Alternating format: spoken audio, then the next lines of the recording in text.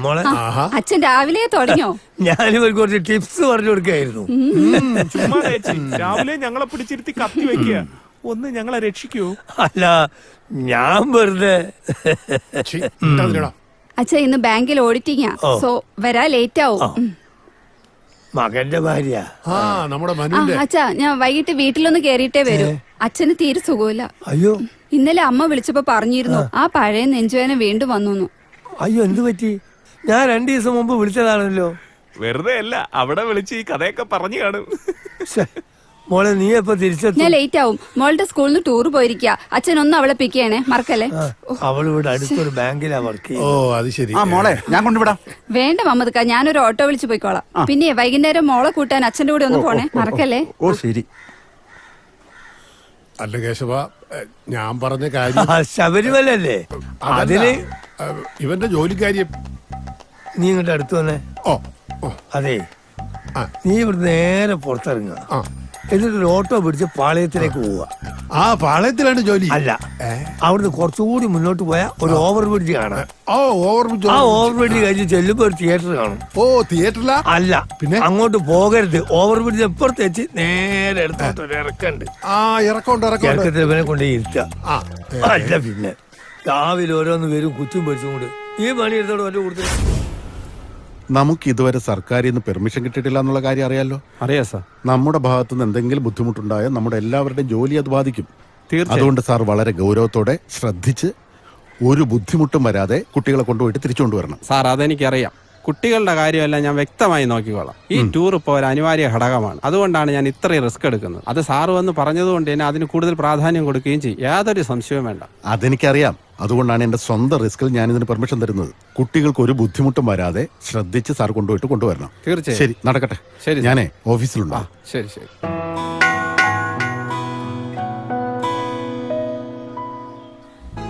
പ്രിയപ്പെട്ട വിദ്യാർത്ഥികൾ, നമ്മുടെ സ്കൂളിൽ നിന്നും ഇന്നൊരു പഠനയാത്ര പോവുകയാണ്. യാത്രയിൽ പങ്കെടുക്കുന്ന കുട്ടികൾ അധ്യാപകരുടെ നിർദ്ദേശങ്ങൾ കർശനമായി പാലിക്കേണ്ടതാണ്.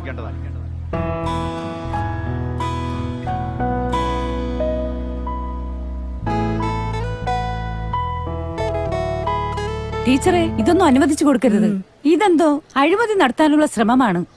ശരിയാ, എനിക്കും അത് തോന്നി. ക്ലാസ്സിലെ കേടായ ഫാനൊന്ന് മാറ്റിയിടാൻ പറഞ്ഞപ്പോ ഫണ്ടില്ലെന്ന് പറഞ്ഞ പാർട്ടീസാ. അത് ശരിയാ ടീച്ചറെ. ഈ കാട്ടിലോട്ടൊക്കെ ടൂർ വയ്ക്കാന്ന് പറഞ്ഞാൽ വലിയ ചെലവുള്ള കാര്യമല്ലല്ലോ. ഇതെന്തോ ഉടായിപ്പാ. അതെ, ദേ സാറ്. അതെ അതെ, ടീച്ചർക്ക് എനിക്ക് നേരത്തെ അറിയാമായിരുന്നു. ഇതൊക്കെ വേറെ ഉടായിപ്പാ. എന്താണ് രണ്ടുപേരും കൂടെ രാവിലെ? ഓ, പ്രത്യേകിച്ചൊന്നുമില്ല. അതെ, ഞാൻ നന്നായി പറഞ്ഞതാ ടീച്ചറെ, വണ്ടർലായിലേക്ക് പോവാന്ന്. കേട്ടില്ല. സാർ എന്താ സാറേ കൊച്ചു പിള്ളേരെ പോലെ? പിള്ളേർക്കാണ് തുള്ളിയും കൂടുതൽ. പോ സാറേ, ചുമ്മാ. എന്താ എല്ലാവരും കൂടി ഒരു ഗൂഢാലോചന? എന്നെ പുറത്താക്കാനുള്ള വല്ല പ്ലാനും ആണോ? ഞങ്ങൾ അങ്ങനെ ചെയ്യൂ സാറേ. പിന്നെന്താ രാവിലെ ഒരു ചർച്ച? സാർ, ഈ ടൂർ വേണോ? അതെന്താ അങ്ങനെ? നമ്മളെല്ലാം പ്ലാൻ ചെയ്തതല്ലേ? അല്ല, എന്നാലും അല്ലേ സാറേ? അതെ. അപ്പോ സജി സാറേ, കാര്യങ്ങളൊക്കെ എങ്ങനെ? കുട്ടികളെല്ലാവരും എത്തി. ഇനി കുറച്ച് രക്ഷകർത്താക്കളൂടെ വരാനുള്ളൂ. ഞാൻ പോയി നമ്മുടെ സുദർശന സാറിനെ ഒന്ന് കണ്ടിട്ട് വരാം. സാറേ, നമ്മളെന്തിനാ ഇനിയും വെയിറ്റ് ചെയ്യുന്നത്? കുട്ടികളെ കൊണ്ടുപോകുന്നില്ലേ? ഞാൻ ആ 9 അക്ഷയുടെ അച്ഛനോട് വരാൻ പറഞ്ഞിട്ടുണ്ട്. ഓ, ആളൊരു പോലീസുകാരനാണെന്നേ ഉള്ളൂ. നമ്പർ 1 മണ്ടനാ. അതാ വരും. ഞാൻ പറഞ്ഞൊന്നും പറയല്ലേ. ഇല്ല.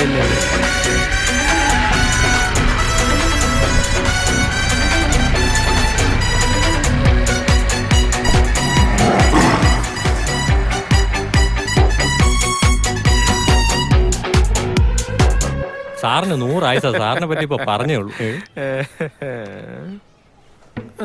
ഇയാളെന്തിനെ കുറിച്ച് പറഞ്ഞേ? സാറ് ഡിപ്പാർട്ട്മെന്റിൽ പുലിയാണെന്നൊക്കെ പറഞ്ഞ് കേൾക്കുന്നുണ്ട്. അതൊരു സത്യം മാത്രം. ടൂർ പോവല്ലേ? പിന്നെ സാറെന്താ ഈ വേഷത്തില്? രാവിലെ നനച്ചിട്ട് നിക്കറേ, ഉണങ്ങിയിട്ടില്ല. Just a minute.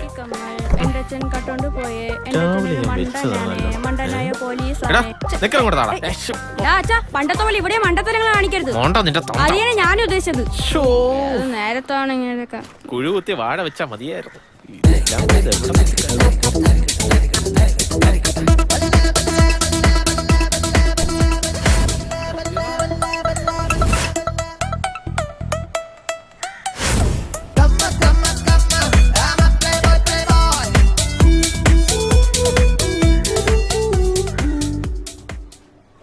കുട്ടികളെല്ലാരും വന്നു. ഒരു കുട്ടിയുടെ അച്ഛൻ സാറിനെ അന്വേഷിക്കുന്നുണ്ട്. ആ മോളൊരു കാര്യം ചെയ്യും, എല്ലാരും എത്തിയിട്ടുണ്ടെന്ന് HM-നെ അറിയിക്കും. സാർ. ആ ഏ ഞാൻ അർജുന്റെ ചേട്ടനാണ്.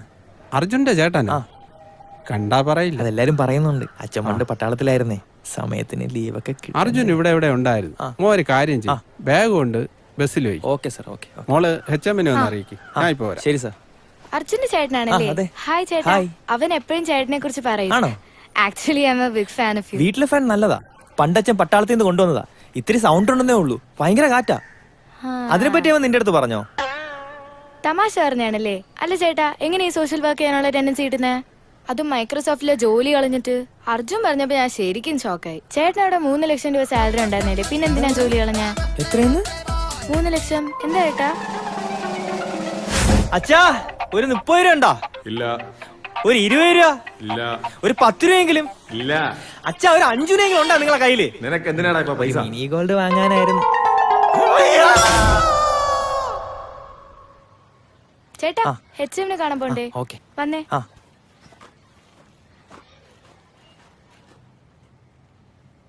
സാർ, കുട്ടികളൊക്കെ വന്നിട്ടുണ്ടെന്ന് സുദർശൻ സാർ പറയാൻ പറഞ്ഞു. ഒരു കുട്ടിയുടെ അച്ഛന് സാറിനെ കാണണമെന്ന് പറഞ്ഞു. മോള് പോയിക്കോ, ഞാനങ്ങ് വന്നോളാം. അല്ല, നിങ്ങളാരാ? ഞാൻ എട്ടിപ്പടിക്കുന്ന അർജുന്റെ ചേട്ടനാണ്. അവനിപ്പോ അങ്ങോട്ട് പോയല്ലേ ഉള്ളൂ. ആണോ? മോനെ, കുട്ടികളൊക്കെ നോക്കണം. ശരി സാർ. എല്ലാം കുരുത്തം കെട്ടവന്മാരാ. ശ്രദ്ധിച്ചോളണം. റിസ്ക് അല്പം കൂടുതലാ, അറിയാലോ. കാടാണ്. കാടാ? ഏത് കാട്? അഗസ്ത്യവനം. അഗസ്ത്യവനം? എന്ത് പറ്റി?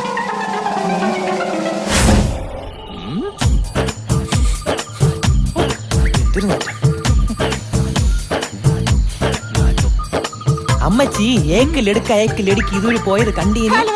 മലയാളത്തിൽ പറയടാ, അതിന്റെ ഒരു ഇംഗ്ലീഷ്. അമ്മച്ചി എരപ്പാളിയാണെങ്കിൽ മലയാളിയാ. എന്തു പറ്റി? ഒന്നുമില്ല സാർ.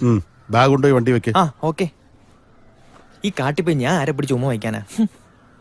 കണ്ടിട്ടൊരു കള്ള ലക്ഷണമാണ്.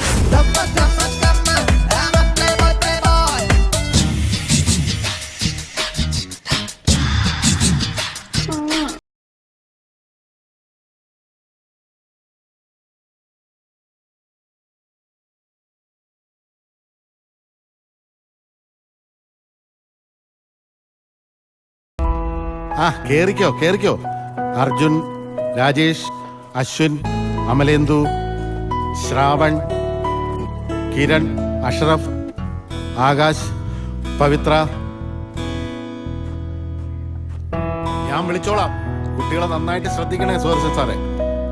ശരി സാർ. ശരി.